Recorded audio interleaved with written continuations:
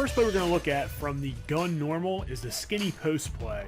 And on the short side of the field, so if I'm on the right hash, the right receiver is going to get open against almost any defense in the game.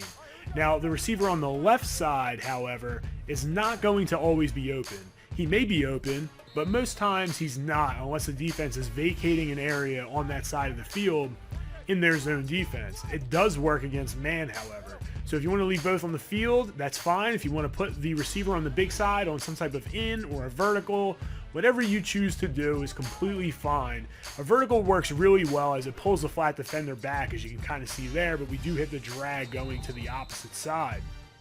So we're going to take a look at this play from the left hash, and again, you'll see that the short side receiver is open almost every single time in a cover 3, cover 4. It doesn't really matter. We're going to take a look at this play against man, and you can see that the skinny posts both destroy man.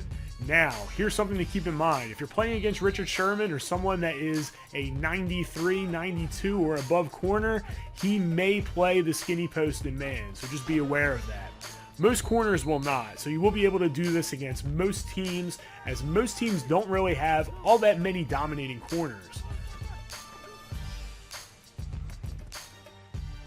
So the next play we're going to take a look at is the Bucs Y sail.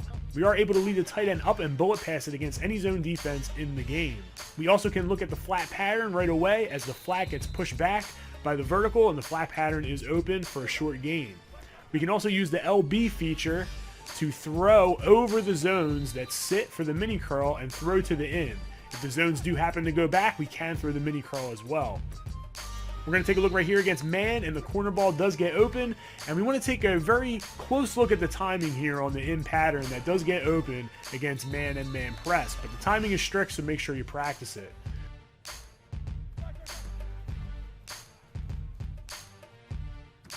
So the next play we're going to look at is the double out and up. And there's a simple rule for this play. On the backside, we're going to slant and drag. And what this does is pull the zone defense down, and we're able to use the LB feature to hit the tight end on the double move pattern. Right here, we see that the coverage does go back, and we are able to hit the routes underneath. So we just have to read that middle level defender to kind of understand whether he's going to go back or he's going to come down. We're going to take a look at this from the left hash, and you can see right here that it does continue to work with just as much effectiveness as it does from the right hash. We just have to make sure that we slant and drag on the right side of the field. Against man coverage, the double move patterns get extremely open. As you can see here on the cut, he just leaves that guy right in the dust, and we're able to get a big gain.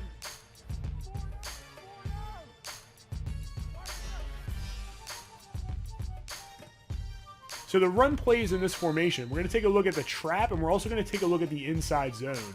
So for the trap, we're going to trap anyone that is outside of the outside shoulder of the center. And 3-4 is probably the best formation to run this play against. When you have tight tackles, it really makes it difficult to run the trap. So against 3-man lines where the defensive end is out on top of the offensive tackle, or he's out wide with a spread line, that's going to be the best look to run trap.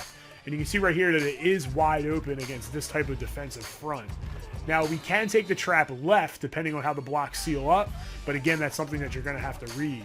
So we're going to take a look at the inside zone, and this run is really good as well. And you just have to read the blocks. As a typical zone run, you can cut it back, you can go right up the middle, or you can bounce it outside with a little quick motion on the slot.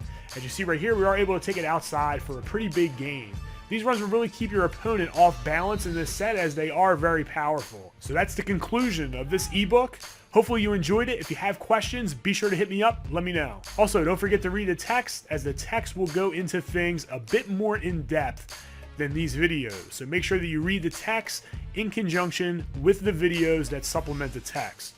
And again, if you have any questions, just hit me up. You can email me at bigjgleez@gamingwithgleez.com, or you can send me a message on Twitter at bigjgleez. So again, I want to thank you for purchasing this ebook. I truly appreciate it. I put a lot of time into this, and it took way longer than I actually thought. So I just want to thank you for this. It really means a lot to me.